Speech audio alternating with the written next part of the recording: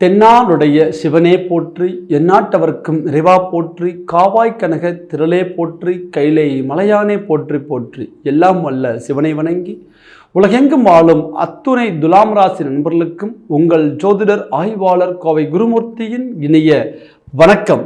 துலாம் ராசி நண்பர்களே, ஜோதிடம் சார்ந்த பல பயனுள்ள சித்தாந்தங்களை தொடர்ந்து பதிவிட்டு வருகின்றோம். அந்த அடிப்படையில் இன்றைய தினம் நாம் காணக்கூடிய தலைப்பு, உங்களுடைய ராசிக்கு 2ஆம் பாவகம் என்று சொல்லக்கூடிய வாக்கு, தனம், குடும்பம், கல்வி என்று சொல்லக்கூடிய ஸ்தானத்தையும் 7ஆம் பாவகம் என்று சொல்லக்கூடிய திருமண ஸ்தானத்தையும் இயக்கக்கூடியவர் செவ்வாய் பகவான். இந்த செவ்வாய் பகவான் தனது ஆட்சி மனையான மேசமனையில் 6ஆம் பாவகம் என்று சொல்லக்கூடிய மீனமனையிலிருந்து மேசமனைக்கு இடம்பெயர்ந்து ஆட்சி பீடத்தில் அமர்கிறார்.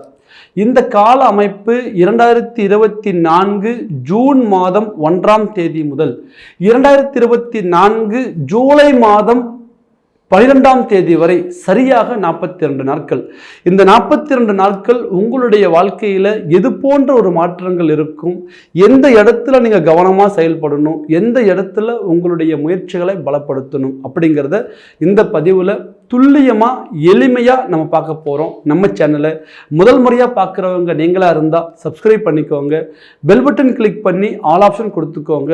என்னுடைய காணொளிகள் அடுத்தடுத்து உங்களுக்கு உடனுக்குடனே வந்து அடையும். துலாம் ராசி நண்பர்களே, ஒரு மனிதனுடைய வாழ்க்கையில் எவ்வளவு வசதி வாய்ப்புகள் இருந்தாலும், எவ்வளவு சொத்து சுகங்கள் இருந்தாலும், குடும்பம் என்பது சரியாக அமையவில்லை என்றால் 100% அவருடைய வாழ்க்கை ஒரு நிர்கதியான ஒரு வாழ்க்கை. எல்லாம் இருந்தும் மனசுக்குள்ள நிம்மதி இல்லைங்க அப்படிங்கக்கூடிய ஒரு சூழ்நிலையை கொடுத்துரும். இதற்கு அடிப்படையான காரணம் 2ஆம் பாவகமே. 2ஆம் பாவகம் என்பது பல காரகத்துவங்களுக்கு முக்கியத்துவம் கொடுத்தாலும் கூட பிரதானமாக பார்க்கப்படுறது குடும்பஸ்தானம் என்று சொல்கின்றோம். அதே போல எவ்வளவு வசதி வாய்ப்புகள், சொத்து சுகங்கள் இருந்தாலும் கூட ஒரு மனிதனுடைய வாழ்க்கையில திருமணம் ஆகவில்லை என்றால் எல்லா உறவுகள் இருந்தும் அவர் அனாதை போலதான், அவருக்கு ஒரு நிர்கதியான ஒரு வாழ்க்கை தான். ஆக நிறைய பேருடைய வாழ்க்கையில பாருங்க, ஒரு திருமணம் அப்படிங்கிறது மிகப்பெரிய கேள்விக்குறியாகி அவருடைய கடைசி கால வாழ்க்கைங்கிறது ஒரு மிகப்பெரிய ஒரு சிக்கல்ல, ஒரு தனிமையில, ஒரு இறுக்கத்துல போய் முடிஞ்சிடும். ஆக இந்த 2 பாவகங்கள் ஒரு மனிதனுடைய வாழ்க்கையில எந்த காரணத்தை கொண்டும் கிடக்கூடாது. அது போன்று பார்க்கும் பொழுது உங்களுடைய ராசிக்கு 2ஆம் பாவகம் என்று சொல்லக்கூடிய ஸ்தானாதிபதியும் 7ஆம் பாவகம் என்று சொல்லக்கூடிய ஸ்தானாதிபதியும் செவ்வாய் பகவானா வருகிறார். இந்த 2 ஸ்தானங்களுக்கும் செவ்வாயே ஆட்சி மனைக்கு உரியவராக வருகிறார், அவருடைய சொந்த மனை. ஆக இந்த எந்த காரணத்தை கொண்டும் இந்த ராசிக்கு, இந்த துலாம் ராசி என்பவர்களுக்கு 2 ஸ்தானங்கள் வலிமை குறையக்கூடாது, செவ்வாய் பகவானும் வலிமை குறையக்கூடாது. இந்த 2 ஸ்தானங்கள்ல ஏதாவது பாவகிரகங்கள் அமர்ந்தாலும், அல்லது செவ்வாய் பகவான் ஏதாவது பாவர்களுடைய கூட்டு இணைவுல போய் சேர்ந்துட்டாலும், அல்லது செவ்வாய் பகவான் வலிமை இழந்த ஸ்தானத்துல துர்ஸ்தானத்துல போய் சேர்ந்துட்டாலும் கூட 100% அவருடைய வாழ்க்கை எல்லாம் இருந்தும் ஒரு நிலையில்லாத ஒரு வாழ்க்கையே.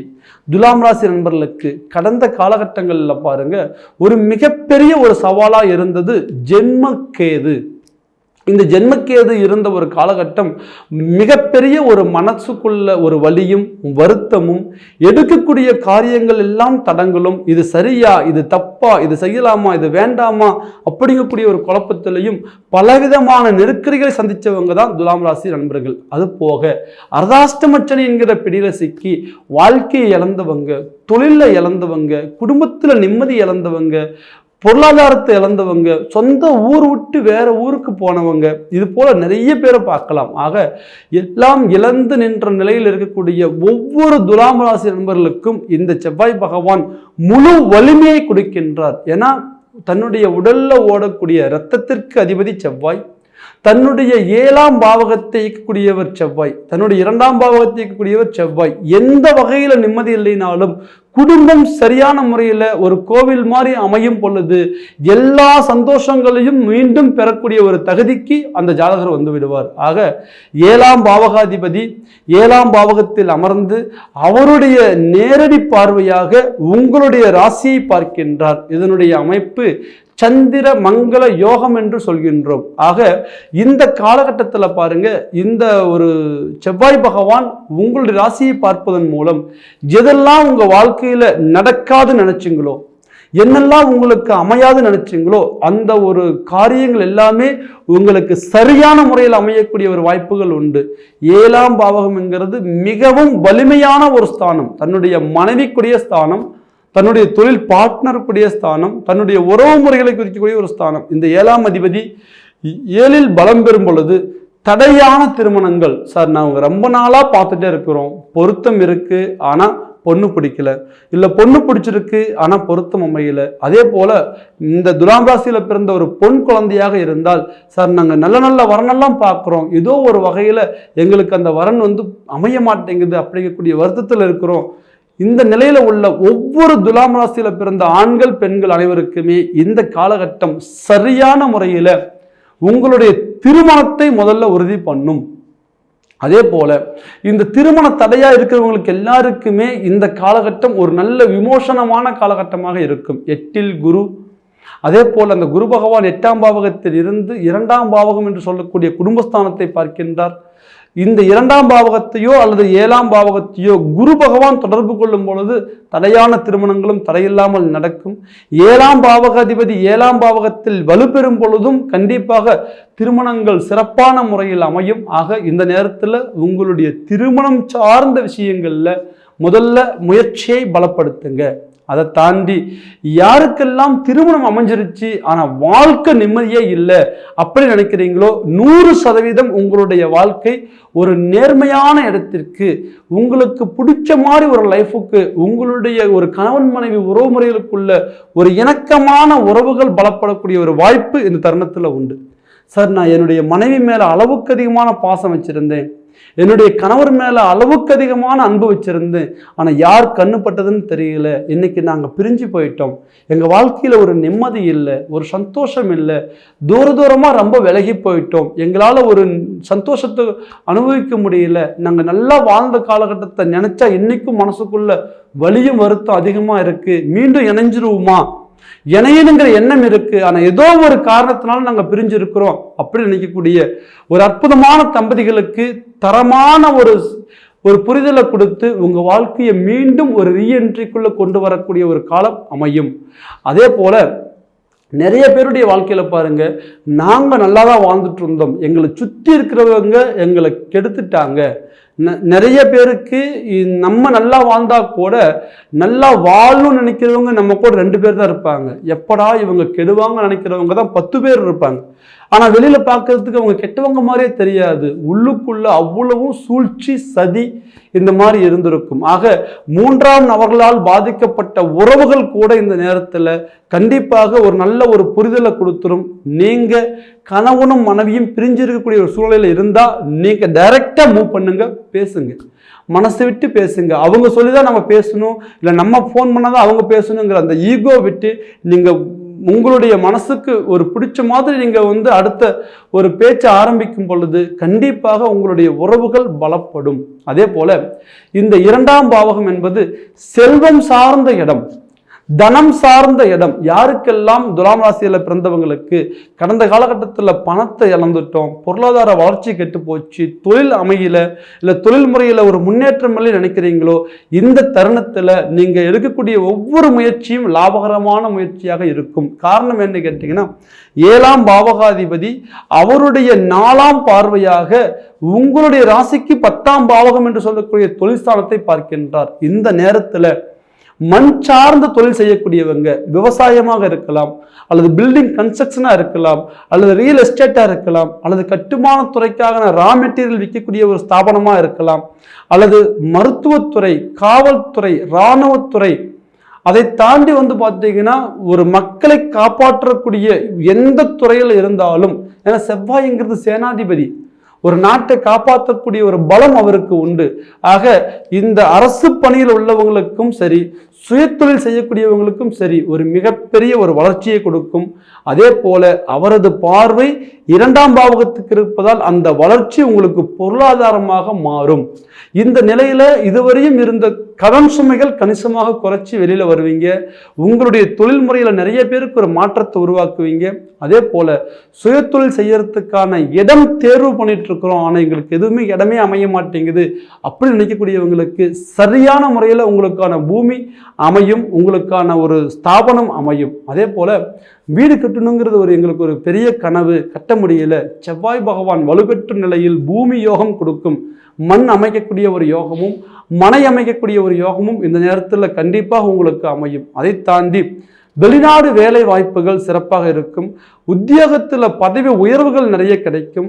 உங்களுக்கு ஏதாவது ஒரு 3ஆம் நபர்களால் உங்களுடைய உத்தியோகத்தில் ஒரு சில கெட்ட பேர்கள் வந்திருந்தாலும் கூட அது இந்த நேரத்தில் சரியாகக்கூடிய ஒரு வாய்ப்புகள் அமையும். உங்களை நீங்கள் யாருன்னு ப்ரூவ் பண்ணக்கூடிய ஒரு காலகட்டமாக இந்த காலகட்டம் அமையும். திறமைகளை 1000 உள்ளடக்கி அதை வெளிப்படையாக காமிக்கக்கூடிய ஒரு வாய்ப்பு இல்லாமல் தடுமாறிட்டு இருக்கக்கூடிய ஒவ்வொரு துலாம் ராசி நண்பர்களுக்கும் இது சரியான ஒரு கால அமைப்பு. இந்த 42 நாள் உங்கள் வாழ்க்கையில் அதை நீங்கள் முழுமையாக பயன்படுத்துங்க.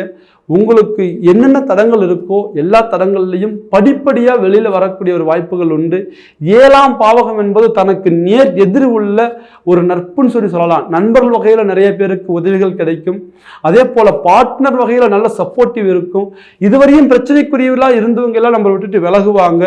புது உறவுகள் இந்த நேரத்தில் வந்து சேரும். இது எல்லாமே நீங்கள் சரியாக பயன்படுத்தலாம். அதே போல் கவனமாக இருக்க வேண்டிய ஸ்தானம் என்ன அப்படின்னு பார்க்கும் பொழுது எந்த காரியம் ஆரம்பிக்கிறதுக்கு முன்னாடியும் ஒரு தடவைக்கு 2 தடவை யோசித்து செயல்படுத்துங்க.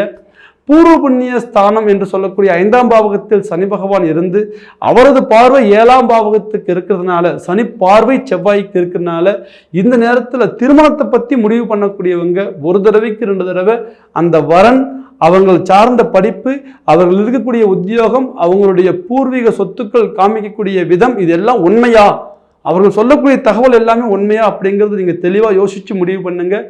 எந்த காரியம் எடுத்தாலும் ஒரு தடவைக்கு 2 தடவை சிந்திச்சு செயல்படுங்க. கண்டிப்பாக உங்களுடைய லைஃப் இந்த நேரத்தில் மிக ஒரு அற்புதமான ஒரு மாற்றத்துக்கு வரும். துலாம் ராசி நண்பர்களே, வாழ்ந்த வாழ்க்கை எப்படியோ போயிருந்தாலும் கூட இனி வாழக்கூடிய ஒவ்வொரு நிமிஷமும் நம்ம தரமாக வாழணும்னு நினைக்கக்கூடியவங்க தான் நீங்கள். உங்களுடைய மனசுக்கு பிடிச்ச மாதிரி ஒரு வாழ்க்கையை அமைக்கக்கூடிய ஒரு காலகட்டம் தான் இந்த 42 நாட்கள். இந்த நேரத்தில் நீங்கள் பார்த்துக்க வேண்டியது உங்களுடைய ஜாதகம் சாதகமாக இருக்கின்றதா. நிறைய பேர் கமெண்ட் பண்ணுறீங்க, ஃபோன் கால்ஸ்லையும் சொல்கிறீங்க, சார் நீங்கள் நல்ல நல்ல பதிவெல்லாம் சொல்கிறீங்க, ஆனால் எங்களுக்கு எதுவுமே சிறப்பாக அமைய மாட்டேங்குது, இல்லை நீங்கள் சொல்கிற பலன்களில் ஒரு சிலது பொருந்தது ஒரு சிலது பொருந்தலை அப்படின்னு சொல்லக்கூடிய ஒரு வாய்ப்புகள்லாம் அமையுது.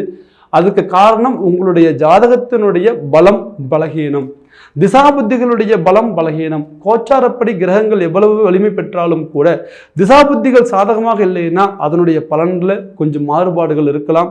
அதனால உங்களுடைய ஜாதகத்தை சீர்தூக்கி இந்த நேரத்தில் பாருங்க. உங்களுக்கான ஜாதகத்தை துல்லியமாக பார்க்கணும்னு நினைக்கக்கூடியவங்க ஸ்க்ரீனில் தெரிகிற நம்பருக்கு ஃபோன் பண்ணுங்க.